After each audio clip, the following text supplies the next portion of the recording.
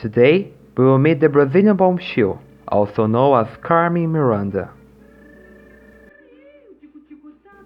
Carmen had two citizenships, was known for being a singer, dancer, actress, performer, model, pin-up, voice actor, and other things.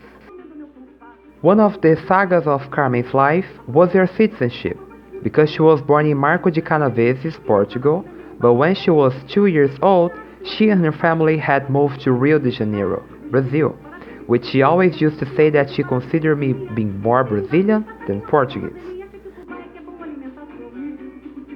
In Rio de Janeiro, when she was 50, she dropped the school and started work at a head store, were called Le Femme Chic, and just like the name, the owner was also French.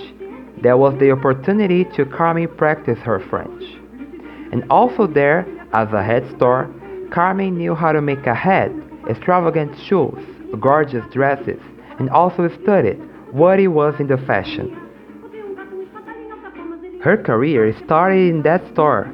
Carmen was literally every day singing, and the customers soon realized her talent.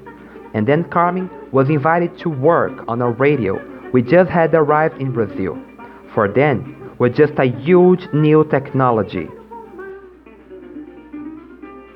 Carmen composed songs with famous composers, and she also composed marchinhas de carnaval and songs in English and Spanish. Carmen, by her talent, was introduced to the composer Josué de Barros, who took her to perform in club dances, casinos, and concerts. In that presentation, Carmen shows how to call attention with extraordinary makeup, dance, and glitter.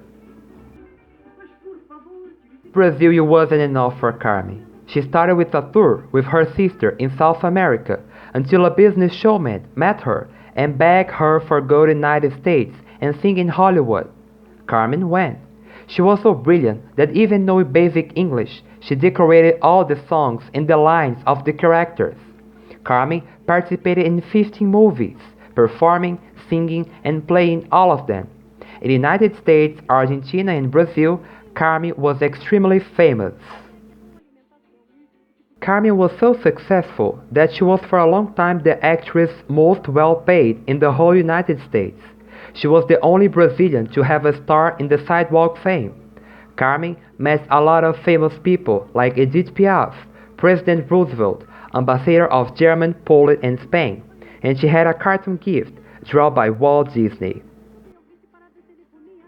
After 15 years, in 1954, Carmen returned to Brazil, and she was received by a lot of people in the airport, but everyone who was there was to judge, scream, and curse Carmen.